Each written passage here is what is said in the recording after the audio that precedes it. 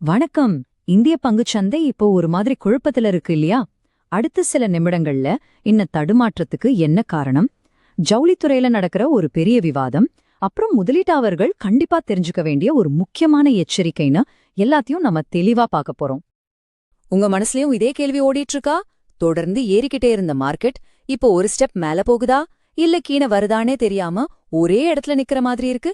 இந்த தடுமாற்றத்துக்கு பின்னாடி என்ன இருக்குன்னு தான் நாம முதல்ல பார்க்க போறோம்.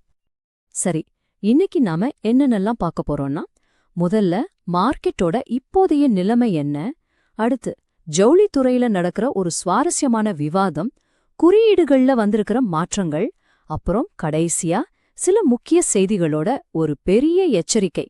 வாங்க உள்ள போலாம். முதல்ல மார்க்கெட்டோட இப்போதைய நிலைய பாத்திரலாம். பெரிய ஏற்றமோ பெரிய இறக்கமோ இல்லாம மார்க்கெட் ஒரு பக்கவாட்டு இயக்கத்துல, அதாவது சைட்வேஸ் மூவ்மெண்ட்ல இருக்கு. இது நமக்கு என்ன சொல்ல வருது? நீங்க பாத்தீங்கன்னா நிஃப்டி வெறும் 18 பாயிண்ட்ஸ் ஏறுது, சென்செக்ஸ் 40 பாயிண்ட்ஸ் இறங்குது. இதெல்லாம் என்ன சொல்ல வருதுன்னா, மார்க்கெட் ஏதோ ஒரு பெரிய நகர்வுக்காக காத்துக்கிட்டு இருக்குன்னு அர்த்தம். ஆட்டோமொபைல், பொதுத்துறை வங்கிகள்னு சில துறைகள் கொஞ்சம் நல்லா பண்ணாலும் ஒட்டுமொத்த மார்க்கெட்டும் ஏதோ ஒரு பெரிய நியூஸ்க்காக காத்துக்கிட்டு இருக்கிற மாதிரி இருக்கு.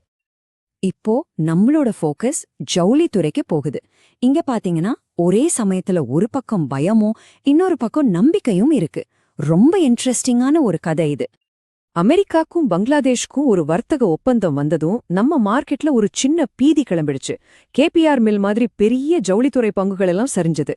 ஆனா களத்துல இருக்கிற திரிபூர் ஏற்றுமதியாளர்கள் சங்கமோ, ஐயோ எதுக்கு இந்த பயம், இது தேவையே இல்லைன்னு ஒரு முற்றிலும் வேற ஒரு பாயிண்ட் சொல்றாங்க. அவங்களோட வாதம் ரொம்ப சிம்பிள். பங்களாதேஷோட ஜவுளித்துறையே நம்ம கிட்ட இருந்து போற பஞ்ச நம்பிதான் ஓடிட்டு இருக்கு. அதனால இந்த ஒப்பந்தத்தால நமக்கு பெருசா எந்த பாதிப்பும் வராதுன்னு அவங்க சொல்றாங்க. இதிலிருந்து நம்ம கத்துக்க வேண்டிய பாடம் என்னன்னா, மார்க்கெட்டோட உடனடி ரியாக்ஷனுக்கும் நிஜமான தொழில் உலகத்துல நடக்கிறதுக்கும் நடுவுல பெரிய வித்தியாசம் இருக்கும். சரி, அடுத்து நாம 2 முக்கியமான குறியீட்டு மாற்றங்களை பத்தி பார்க்க போறோம். இதெல்லாம் மார்க்கெட்டை நம்ம பார்க்கற விதத்தையே மாத்தக்கூடிய விஷயங்கள்.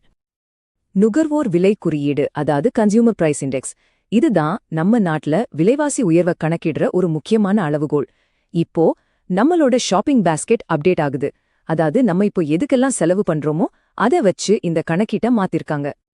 இதுக்கு முன்னாடி வரைக்கும் நம்மளோட மாச செலவுல கிட்டத்தட்ட பாதி, அதாவது 46% சாப்பாட்டுக்கு தான் கணக்கு வச்சிருந்தாங்க. இது பல வருஷத்துக்கு முன்னாடி இருந்த நம்ம பழக்கத்தை வச்சு கணக்கிடப்பட்டது. ஆனா இப்ப பாருங்க, அந்த 46% வெறும் 36%ஆ குறைஞ்சிருச்சு. அப்போ அந்த 10% எங்க போச்சு? அதுதான் இங்க முக்கியம். இப்போ நம்ம கேபிள், இன்டர்நெட் இந்த மாதிரி சர்வீசஸ்க்கு அதிகமா செலவு பண்றோம் இல்லையா? அதனால சேவைகளோட முக்கியத்துவம் 30% அதிகரிச்சிருக்கு. இதுதான் நம்மளோட உண்மையான இப்போதைய செலவு பழக்கத்தை காட்டுது. அதே மாதிரி MSCI குறியீடு, இது உலக முதலீட்டாளர்கள் ஃபாலோ பண்ற ஒரு முக்கியமான இண்டெக்ஸ். இதுல இருந்து IRCTC-ய நீக்கிட்டாங்க. அதுக்கு பதிலா Aditya Birla capital, L&T finance ரெண்டையும் சேர்த்திருக்காங்க. இதோட எஃபெக்ட் என்ன தெரியுமா? இந்த இண்டெக்ஸை காப்பி பண்ற ஃபண்டுகள் எல்லாம் IRCTC பங்குகளை வித்துட்டு இந்த 2 புது கம்பெனி பங்குகளை வாங்க ஆரம்பிப்பாங்க. ஓகே, இப்போ கடைசி பகுதிக்கு வந்துட்டோம்.